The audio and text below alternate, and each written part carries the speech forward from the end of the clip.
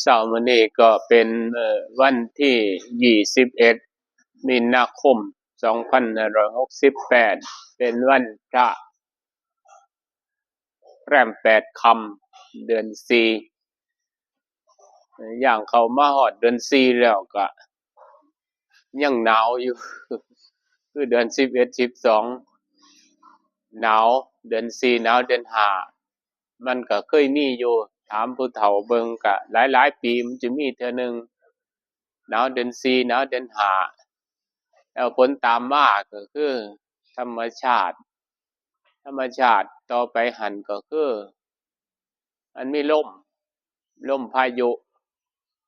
พายุฤดูร้อนมีฝนตกหนักมีน้ำท่วมไปจังซั้นนะคันปีใดมันผิดปกติแนวนี้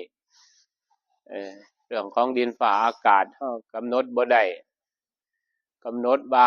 บ่ให้มันร้อนก็บ่ได้กำหนดว่าบ่ให้มันหนาวก็บ่ได้กำหนดว่าบ่ให้ฝนตกหรือว่า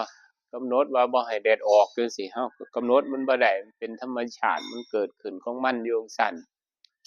สิ่งที่มันกำหนดได้นี่คือตัวเรานี่เรากำหนดเอาคันมันกายมันบ่ดีกำหนดให้มันดีวาจาบ่ดีกำหนดให้มันดีใจมันบ่ดีกำหนดให้มันดีนี่มันกำหนดเอาเองได้ม่วนบ่นี่มันอยู่กับตัวเราบางครั้งบางเทื่อคนเฮานี่แหละเกิดขึ้นมามันบ่ได้คิดบ่ได้พิจารณาช่วงนี้ก็เป็นช่วงของการพักนักเรียนนักศึกษาหยุดเรียกว่าหยุดเทอมเนาะหยุดเทอมแล้วก็ช่วงหน้าแล้งมาก็บ่ได้เฮ็ดหยังนักเรียนป.5 ป.6 มันก็พากันไปเที่ยวไปเล่นแล้วต้มใบกระท่อมสู่กันกินผู้มีปัญญาแหน่จักหน่อยก็เอาลูกไปฝากไว้วัดเอาลูกไปฝากไว้วัดก็ไปถูกพระตีอันลางเทื่อก็ได้ก็ต้องคิดนำเด้ว่าพระอยู่ดีๆจะไปตีลูกเจ้าเฮ็ดจั่งใดลูกเจ้าดีอยู่เนี่ยบ่ไปทำผิดเพิ่นสิลงโทษหรือไม่ต้องคิดนำเด้ต้องคิดตามเอาไปวัดก็เพราะปานนั้นล่ะเพราะปานนั้นแล้วคันเจ้าเฮ็ดเพราะปานนั้นแล้วเจ้าเฮ็ดดีๆบางทีแล้วมันบ่เพราะปานนั้นได้อยู่ไสคือกันบางครั้งบางเทื่อคันลูกบอกว่าเจ้าสิไปบวชบ่ปีนี้เจ้าสิไปอยู่วัดบ่เจ้าสิไปเป็นสังฆีบ่คันลูกตอบว่าบ่รู้จักก็ช่วยชี้แนะเขาว่าเป็นจังซั้นนี่คือพ่อคือแม่คือตาคือยายคันเขาว่าบ่คือบ่จังซั่นน่ะมันบ่แม่นเพราะมันคิดเองบ่ทันเป็นเด็กน้อยมันคิดเองบ่ทันเป็นคิดบ่เป็นจั่งใดผู้คิดเป็นก็ยังมีอยู่ผู้คิดเป็นนั่นเขาคิดด้วยบุญบารมีของเขาเองเขาคิดเองเขาเด้บางครั้งบางเทื่อก็ได้จ้างไปบวชว่าซั่นว่าจ้างไปบวชมันมีความรู้สึกว่าจ้างเอานั่นมันก็บ่ได้ดีปานใดรู้สึกออกมาจากใจของเขาเองน่ะจากการได้ยินได้ฟังจากพ่อแม่อบรมสั่งสอนมาเขาก็เข้ามาเองดอกเข้ามาสู่ศีลเข้ามาสู่ธรรมอย่างน้อยภายในการพักหยุดเทอมนี่มันก็สิบ่ไปเลาะบ่ไปเลาะบ่ไปหาเล่นหาเที่ยวบ่ไปขับรถขับราปีนท้องปีนไส้หรือบ่ซั้นก็บ่ไปต้มใบกระท่อมสู่กันกินเพราะหยังเพราะว่าอยู่ในวัดนั่นเพิ่นสั่งสอนดีอยู่แล้วอันเอาลูกมาไว้ในวัดน่ะร้อยทั้งร้อยล่ะเพิ่นสั่งสอนดีอยู่นำเราสั่งสอนดีบ่ดีอยู่แต่บางครั้งบางที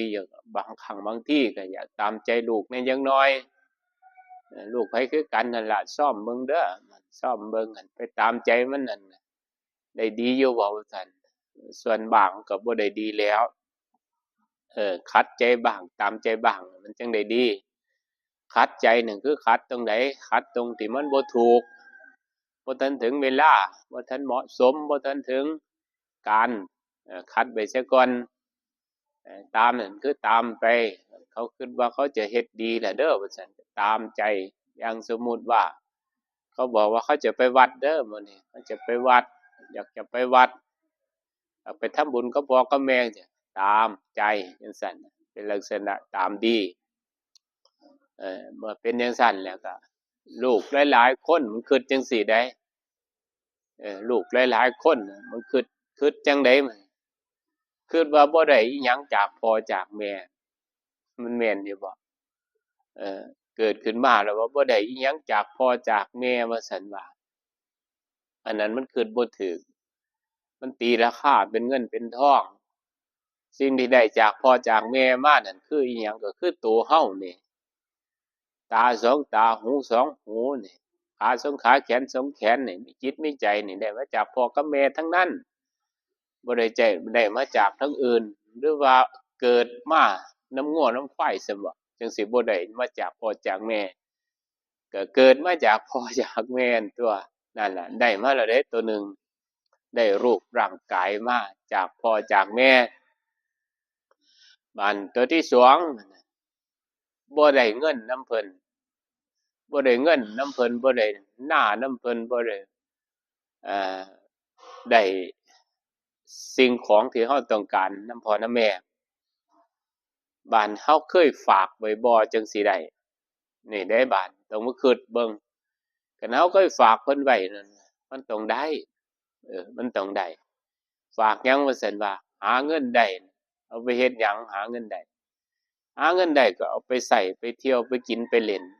นำหมู่นำพวกอันผู้ชายก็ไปนำผู้บ่าวผู้สาวก็ไปนำผู้บ่าวบ่ได้เอามาฝากไว้นำแม่เด้บ่ได้ว่าฝากไว้นำพ่อเด้คันเอามาฝากไว้นำแม่นำพ่อนั่นบาดถึงกาลถึงเวลามาเบิกคืนมันยังสิคือกว่าว่าเพิ่นบ่ให้เราให้สิเอาหยังเพิ่นมาให้เราเงินทองของแก้วสิเอาหยังมาให้เราเพิ่นบ่ได้หาเพิ่นบ่ได้หาคือเราก็มีแต่เรานี่เป็นผู้หายังบอกว่าบ่ได้เงินได้คำจากพ่อจากแม่อันนั้นบ่ได้ฝากไว้เด้อคิดเบิ่งคักๆเราบ่ได้ฝากเพิ่นไว้บ่ได้หามาฝากเพิ่นไว้บ่ได้หาไร่หานาหาเงินหาบ้านหารถหารามาฝากเพิ่นไว้คันเอามาฝากเพิ่นไว้ได้เป็นของเราคืนแน่นอนเลยคืนแน่นอนเปรียบเทียบได้เหมือนกับครูบาอาจารย์อย่างอาตมาภาพนี่เป็นพระเนาะเป็นพระมีผู้มาอยู่นำนี่มีคนใดคนหนึ่งเว้าขึ้นมาว่าไปอยู่นำหลวงพ่อสัมพันธ์บ่ได้หยังนี่มันมีคนเว้าแนวนี้เด้ไปอยู่นำหลวงพ่อกับสัมพันธ์นี่บ่ได้หยังว่าซั่นว่าบ่ได้หยังคือได้บ่ได้ความสิ่งที่ตนเองต้องการบ้านนี่เคยฝากอิหยังไว้กับเพิ่นบ่บาดคิดเบิ่งเคยฝากอิหยังไว้กับหลวงพ่อสัมพันธ์บ่ฝากหยังน่ะ1ฝากความเคารพ2ฝากความเอาใจใส่3ก็ฝากความเห็นอกเห็นใจในตัวของเพิ่นน่ะมีบ่เคยฝากไว้บ่เคยฝากความไว้เนื้อเชื่อใจไว้นำเพิ่นบ่จั่งซี้คันเคยฝากไว้นั่นรับรองว่าได้เบิดได้หลายกว่าเก่าอีกมันสิตอบแทนเจ้าเองตอบแทนจั่งใดว่าซั่นมันสิได้ความรักมันสิได้ความเมตตามันสิได้คุณค่ากลับคืนออกไปว่าเฮาให้เพิ่นก่อนน่ะจริงๆแล้วเพิ่นให้เฮาอยู่แต่เฮาน่ะบ่จักสิเอาให้เฮาอยู่บ่จักสิเอาให้ประพฤติเรื่องกายเพิ่นก็บอกให้ประพฤติเรื่องวาจาเพิ่นก็บอกให้ประพฤติเรื่องใจเพิ่นก็บอกแต่เฮาบ่ได้ประพฤติปฏิบัติเบิ่งก็เลยว่าบ่ได้อิหยังเลยว่าไปบวชยามเท่าใดเท่าใดปีบ่ได้อิหยังว่าซั่นว่านั่นมันบ่ได้เอามันบ่ได้ให้แล้วก็บ่ได้เอานำให้นั่นคือให้ความเคารพให้ความใส่ใจให้ความเอื้อเฟื้อเป็นห่วงเป็นใยคันให้ม่วนนี้นั่นน่ะรับรองเลยว่าเจ้าสิได้ของดีกลับเมื่ออย่างน้อยก็ได้บุญกลับเมื่อได้บุญกลับเมื่อได้กุศลกลับเมื่ออย่างน้อยเด้อันอย่างหลายกว่านั้นก็ได้สติได้ปัญญาไปดำรงชีวิตไปทำมาหากินน่ะพ เพราะหยังมันจะเป็นจังซั่นเพราะการกระทำปัจจัตตังเวทิตโพวินโยหิรู้ได้เฉพาะตนรู้ได้เฉพาะตนมันเป็นปัจจัตตังว่าซั่นรู้ได้เฉพาะตนบ่แม่นว่ารู้ได้โดยผู้อื่นบอกรู้ได้โดยคำเว้าของผู้อื่นบ่แม่นรู้ได้โดยการกระทำของเจ้าของรู้ได้เฉพาะตนร้อนรู้จักว่าร้อนเย็นรู้จักว่าเย็นใจดีรู้จักว่าใจดีใจร้ายจักว่าใจร้ายอาฆาตพยาบาทจองกรรมจองเวรรู้จักในเจ้าของเบิดปัจจัตตังเวทิตโพวินโยหิก็คือรู้ได้เฉพาะตนรู้ได้เฉพาะตนเป็นปัจจัตตังตัวเหมือนว่าเป็นปัจจัตตังรู้ได้ตัวเจ้าของบ่รู้จักเจ้าของไผสิมารู้จักเราแต่ว่าบางครั้งบางเทื่อเราน่ะบ่รู้จักตัวเองบ่จักตัวเองไปไสบ้างไปถามหมอดูไปถามหมอดูเคยมีอาตมาภาพบอกว่าอย่าไปเชื่อหลายหมอดูนั่นไปถามเขาเขาก็บอกตัวเนาะว่าซั่นไปถามบอกเขาก็บอกไปตามตำราเฮาก็ต้องเชื่อเฮานำเชื่อเฮาน่ะว่าเฮาดื่มเฮากินอิหยังเฮาดื่มเฮากินอิหยังเฮาทำอิหยังอยู่อย่างเขาบอกว่าเฮาเนี่ยไปหาเขาบอกว่าสิรวยอยู่เด้อว่าซั่นว่าสิรวยอยู่ปีนั้นมื้อนั้นบ้านเฮาก็ต้องมาเบิ่งการกระทำเฮานำเฮาทำอิหยังอยู่มันจังสิรวยทำอิหยังอยู่มันจังสิรวยบุญก็บ่ทำงานก็บ่สร้างมันสิเอาหยังมารวยบาดนี้ก็ต้องมาเบิ่งที่ตัวเองนำคันบอกว่ารวยอยู่เด้อว่าซั่นแม่นทำงานอยู่แม่นบ่บอกมันก็รวยเด้บาดมันบ่บอกมันก็มีอยู่มีกินเพราะมันทำงานอยู่น่ะมันเป็นจังซั่นเชื่อเจ้าของเบิ่งตาเฮานี่ตาเฮาเห็นนี่เฮาก็ต้องเป็นยืนยันเป็นพยานให้เฮาได้หูเฮาฟังมานี่เฮาก็ต้องยืนยันเป็นประมาณได้หูฟังมาตาได้ยินนี่มันเป็นจังซั่นเด้ห่าลางเทื่อคิดเอาว่ามันแม่นบ่แม่นคิดนี่จั่งใดก็บ่ทันแม่นคิดแล้วเว้าแล้วทำแล้วเว้าจังซี้มันแม่นเป็นอันเดียวกันคิดแล้วกับปฏิบัติแล้วก็นำมาเว้านี่มันเป็นอันเดียวกันนี่แม่นแน่นอนแต่ก็คิดซื่อๆนั่นบ่แม่นยังบ่ทันแม่น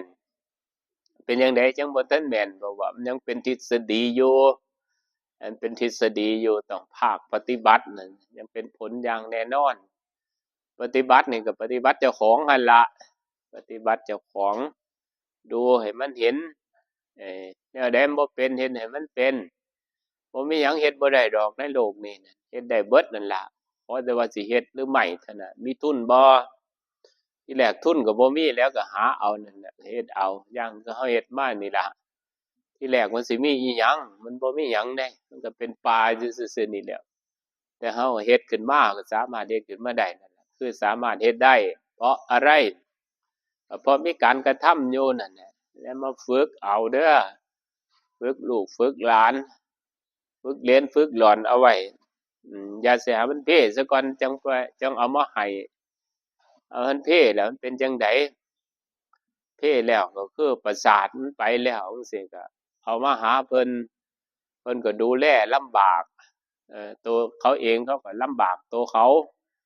เอ่อครูบาอาจารย์ก็ลำบากดูแลเพราะจั่งใดเพราะมันเพ้แล้วเอามาตอนว่าทันเพ้นี่ล่ะตอนบ่ทันเพ้นี่แต่ว่าน้อยก็บ่เป็นหยังว่าแต่มันอดมันทนได้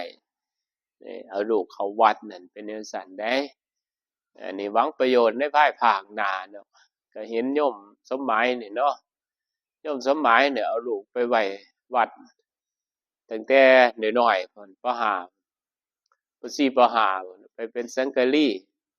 เป็นสังฆลีอยู่หลายปีเด้บัดนี้คิดอยากบวชเณรก็ได้บวชเณรไปปีหนึ่งไปเรียนหนังสือนี่ก็ว่าบอกไว้อยู่ว่าถ้าเรียนหนังสือจบให้มาบวชพระซะก่อนจึงไปทำงานเนี่ยมันเป็นจังซั่นน่ะคนวางแผนวางแผนทางด้านบริหารลูกหลานญาติโยมคือกันนั่นล่ะทุกท่านทุกคนวางแผนอาตมาภาพนี่คิดซะก่อนเด้สิ ฮ็ดอิหยังซะเฮ็ดอิหยังทำอิหยังคิดซะก่อนบ่แม่นว่าเฮ็ดโลดนะคิดอยู่หลายเราคิดอยู่หลายเราคิดสิเฮ็ดหยังคือกันคิดอยู่หลายเราตัวนั่งอยู่นี่มันเป็นอาสงนี่มันเป็นไม้อัดมันเป็นไม้อัดบาดนี้ปวกมันเข้าไปกินเบิดน่ะข้างในนี่ปวกเข้าไปแล้วจังมื้อใดมันสิดูลงก็คิดอยู่เด้นี่คิดอยู่แต่ว่าหั้นบ่ทันเฮ็ดบ่ทันได้นี่บ่แม่นว่าสิเฮ็ดได้โลดคิดแล้วก็สิเฮ็ดได้โลดก็บ่แม่นคิดพิจารณาอยู่ตามเหตุตามปัจจัยมันพอเป็นไปได้ก็จังเป็นพอทำไปได้ก็จังทำว่าซั่นน่ะคันเฮ็ดไปแล้วเป็นไปแล้วเฮ็ดไปแล้วมันบ่ได้เด้อว่าซั่นว่ามันเฮ็ดไปบ่ได้ว่าซั่นก็บ่ต้องเฮ็ดมันก็เบิ่งกันไปจังซี่ล่ะเป็นลักษณะจังซั่นเนาะนี่แหละจังว่าทำดีเพื่อลูกทำถูกเพื่อหลานคำนี้มันเป็นคำที่ต้องคิดเด้มันต้องคิดอย่างอาตมาภาพเนี่ยอาตมาภาพเนาะเป็นหยังคือยกแต่เจ้าของแท้ก็ยังว่าปัจจัตตังมันฮู้ในเจ้าของก็เลยมาเว้าสู่หมู่ฟังเฮ็ดอิหยังก็สร้างมันบ่น้อมเข้ามาใส่เจ้าของมีหยังก็ตามมันบ่น้อมเข้ามาใส่เจ้าของมันน้อมใส่ประโยชน์ของญาติของโยมประโยชน์ของพระของเณรประโยชน์ของศาสนาประโยชน์ของตัวเฮาเองเนี่ยมันสิมีอิหยังมันบ่มีหยังเด้แค่หลับนอนได้ที่อยู่ที่อาศัยหลับนอนได้หรือว่าอาหารการครบการฉันก็พอครบพอฉันที่อยู่ที่อาศัยหลับนอนได้ก็แค่นั้นเสื้อผ้าหน้าแพรหรือว่าเป็นของใช้ของพระมันครบอยู่แล้วก็มีเท่านั้นแต่ที่ได้มาที่เป็นอยู่นั่นก็คิดให้หมู่เบิดคิดให้หมู่อยู่ให้หมู่เบิดบ่แม่นคิดให้เจ้าของเด้คิดให้หมู่คิดให้หมู่คิดให้ญาติให้โยมคิดให้พระให้เณรคือการกับการพัฒนาวัดว่านี่แหละเฮ็ดให้มันสวยเฮ็ดให้มันงามหรือว่าเฮ็ดให้มันดีก็เพื่อว่าคนมาพ้อคนมาเห็นเกิดความดีอกดีใจปลื้มอกปลื้มใจเนี่ยมันก็เฮ็ดเพื่อหมู่คือเก่าหรือเฮ็ดเพื่อเจ้าของน่ะมันเป็นเรื่องของภายในเรื่องของภายนอกเรื่องเฮ็ดร่วมกันต่างคนก็ต่างทำนั่นล่ะแต่ว่ามันเป็นของภายนอกเป็นของภายนอกหน้าที่ของญาติของโยมคือวันพระวันพรวันธรรมดาก็ตามเป็นหน้าที่บำรุงพระภิกษุสงฆ์หน้าที่ของพระภิกษุสงฆ์ก็ประพฤติปฏิบัติแนะนำพร่ำสอนอย่างมื้อนี้ล่ะมาสอนหยังมื้อนี้สอนเรื่องคนบ่ฮู้คนบ่ฮู้นี่เป็นจังได๋คนบ่ฮู้มันสิบอกว่าพ่อแม่บ่ได้ให้หยังอันนี้ฮู้บ่จริงคันพ่อแม่บ่ได้ให้หยังเจ้าบ่เป็นโตเป็นตนขึ้นมาดอกจะบ่เป็นโตเป็นตนขึ้นมาอย่างแน่นอนเอ่อเจ้าเกิดมาจากไสนี่ต้องถามเจ้าเบิ่งซะก่อนเกิดมาจากแม่ผู้ใดเกิดมาจากพ่อผู้ใดนั่นล่ะคือการให้ของเพิ่นที่แรกนั่นให้หยังให้ตาให้หูให้จมูกให้ลิ้นให้กายให้ใจแข้งขาหน้าผากทุกอันในร่างกายของเฮานี่ได้มาจากพ่อจากแม่ต่อมาเพิ่นก็ให้การเลี้ยงดูนั่นน่ะเพิ่นให้ได้นั่นให้การเลี้ยงดูให้การศึกษาต่อมาให้ไปทำงานนั่นน่ะคือการให้ของเพิ่นเนาะนี่ก็ซ้ำนี่ก็มองบ่เห็นบัดนี้มองบ่เห็นบางครั้งบางเทื่อบางทีก็ว่าอยากไปใช้ชีวิตเป็นของเจ้าของว่าซั่นบ่อยากอยู่นำพ่อนำแม่นำครูนำอาจารย์อยากไปใช้ชีวิตเป็นของเจ้าของมีมื้อใดบ้างที่จะบ่ใช้ชีวิตเป็นของเจ้าของมีบ่กินข้าวเจ้าก็กินเองบ่แม่นบ่ขับถ่ายเจ้าก็ขับเองบ่แม่นบ่นอนเจ้าก็นอนเองบ่แม่นบ่หายใจเจ้าก็หายใจเองนั่นแหละใช้ชีวิตเป็นของเจ้าของหรือไปใช้ชีวิตกับผู้ใดก็ใช้ชีวิตเป็นของเจ้าของน่ะหายใจเองกินข้าวเองนอนหลับนอนเองนั่นแหละชีวิตเป็นของเจ้าของสิไปใช้จั่งใดสิไปใช้จั่งใดใช้ชีวิตเป็นของเจ้าของนั่นต่อมาก็บอกว่าพ่อแม่บ่ให้เงิน พ่อแม่บ่ให้หยังบ่มีหยังให้เออเป็นลักษณะทวงเอาจากพ่อจากแม่มันต้องถามเจ้าของอีกเด้บัดเฮาเคยฝากไว้นำพ่อนำแม่บ่ไปหาเงินได้ไปหาเงินได้น่ะเคยฝากไว้กับพ่อกับแม่บ่เคยฝากไว้กับศาสนาหรือว่าให้พ่อให้แม่บ่บ่แหล้วหาเงินได้ไปซื้อเหล้าสู่กันกินเอาไปซื้อยาบ้าสูบหรือบ่ซั้นก็เอาไปเที่ยวนำผับนำบาร์นำโรงเหล้าอืมเป็นไปจั่งซั้นบัดมาถามนำพ่อนำแม่จังว่าช่วงหลังๆมานี่มันเรื่องลูกฆ่าพ่อฆ่าแม่มันจะเห็นหลายพ่อแม่ฆ่าลูกก็มีคือกันเด้อบาดอดบ่ล้นอดบ่ล้นทนบ่ได้แล้วก็ฆ่าคืนคือกันนั่นแหละเฮาเคยฝากเพิ่นไว้บ่คันเฮาเคยฝากเพิ่นไว้นั่นเพิ่นบ่ให้เฮานั่นจังทวงเพิ่นจังทวงเพิ่นว่าพ่อแม่บ่ให้คันเฮาเคยฝากเพิ่นไว้ถ้าเราบ่เคยฝากเพิ่นไว้เพิ่นบ่ให้เพิ่นบ่ผิดดอกเพิ่นให้เฮาเกิดมามันก็ดีแล้วนั่นแหละเกิดมาก็ต่อยอดเอาซั่นตั่วต่อยอดเอาเรื่องต่อมาก็เรื่องครูบาอาจารย์มาอยู่นำหลวงพ่อสัมพันธ์บ่ได้หยังว่าซั่นว่าอยู่แต่ได้ปีก็บ่ได้หยังนี่มันมีอีหลีเดะนี่เป็นเรื่องจริงสึกออกไปแล้วไปเว้าอยู่ข้างนอกพุ่นว่าหลวงพ่อไปอยู่นำหลวงพ่อสัมพันธ์บ่ได้หยังเพิ่นให้อิหยังเจ้าเพิ่นสั่งสอนอิหยังเจ้าเจ้าคือบ่ได้เพิ่นสั่งสอนเรื่องกายดีแม่นบ่เพิ่นสั่งสอนเรื่องวาจาดีแม่นบ่เพิ่นสั่งสอนเรื่องใจดีแม่นบ่แม้แต่การศึกษาภายนอกก็ยังส่งเรียนนะยังส่งเรียนศึกษาภายนอกจบม.6 พู้นแหล้วอย่างน้อยคันมาแต่น้อยเดะมาแต่น้อยยังบอกว่าบ่ได้หยังนำอาจารย์สัมพันธ์คิดส่ำนั้นยังคิดบ่เป็นแล้วก็คิดอีกคิดได้อีกแนวหนึ่งมุมหนึ่งก็คือ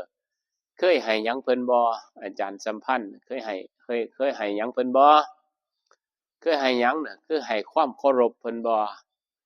ให้ความเอื้อเฟื้อเพิ่นบ่ให้ความเอาใจใส่เพิ่นบ่ให้ความรักเพิ่นบ่